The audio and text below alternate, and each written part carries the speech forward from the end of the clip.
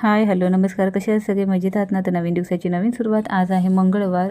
अर्णव तर लवकरच सुटतो माहिती आहे, पण यावेळेस ना मी अन्वीला घेतलं कारण ती खूप रडवती, घरात नाही थांबणार बोलली.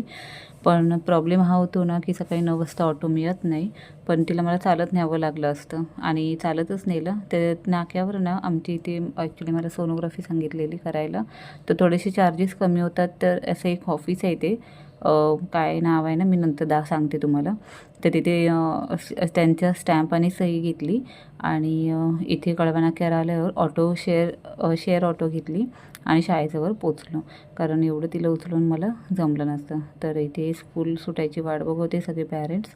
अर्णव आला बाहेर की अर्णवला मी घेतलं. हे बघा, असे इथे अन्वी वाट बघते आणि तो मागच्या साईडने आलेला. दोन्ही मुलं सोबत होती त्याच्यामुळे प्रश्नच नाही. त्यांना भूक लागला. अर्णव पण लवकर जातो. अन्वीला उठून तशीच आणलेली, म्हणून त्यांना चीज उत्तप्पा घेतलेला. चीज उत्तप्पा खाऊन झाल्यानंतर मुलांना घरी ठेवलं, अर्णवला घरी सोडलं आणि सोनोग्राफी करायला मी गेली. तर अन्वीची ही फ्रेंड आहे, तर ती माझी सोनोग्राफी झाली, रिपोर्ट घेतला आणि पटकन घरी आली. अन्वीची स्कूलची तयारी केली, कारण तिला न्यायचं होतं 2 वाजता. तर अन्वीची बॅग वगैरे भरून घेतली मी. इथे सगळं बंद आहे का बघितलं आणि अन्वीला सोडायला शाळेत गेली. त्यांचं हे सगळे फ्रेंड्स आहेत तिचे. काय त्यांचं चालू होतं ते मलाही कळलं नाही, गप्पा-टप्पा चालू होत्या. तर अन्वी स्कूलमध्ये गेली, तर मी तशीच परत रिटर्न घरी चालत आली. आणि मी जी सोनोग्राफी केली ना, ते रिपोर्ट घेऊन मी लगेच डॉक्टरकडेच गेली, कारण माझं पोटात खूपच दुखत होतं. म्हणून ते डॉक्टरांना दाखवलं, त्यांनी काय प्रॉब्लेम आहे सांगितलं. तर 3:45पर्यंत मी घरी आली, पाणी पिली आणि तशीच परत निघाली, कारण 4:15 वाजता अन्वी सुटणार होते. फास्ट चालावं लागलं, कारण 15-20 मिनटात मी पोचतेच तिथे. पण पोटात दुखत असल्यामुळे जास्त मी त्रास करून घेतला नाही स्वतःला. ते रोडने गेली.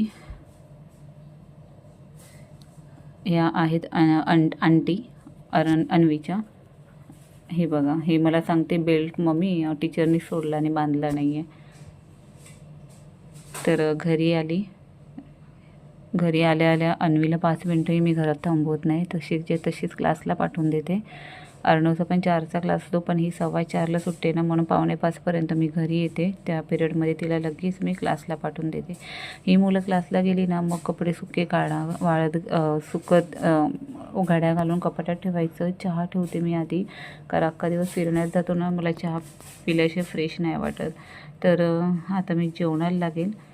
तारक मेहता बघता बघता कपड्यांच्या घड्या घालून घेतलेल्या आणि बाकीची मशीन पण लावलेली. ते मशीन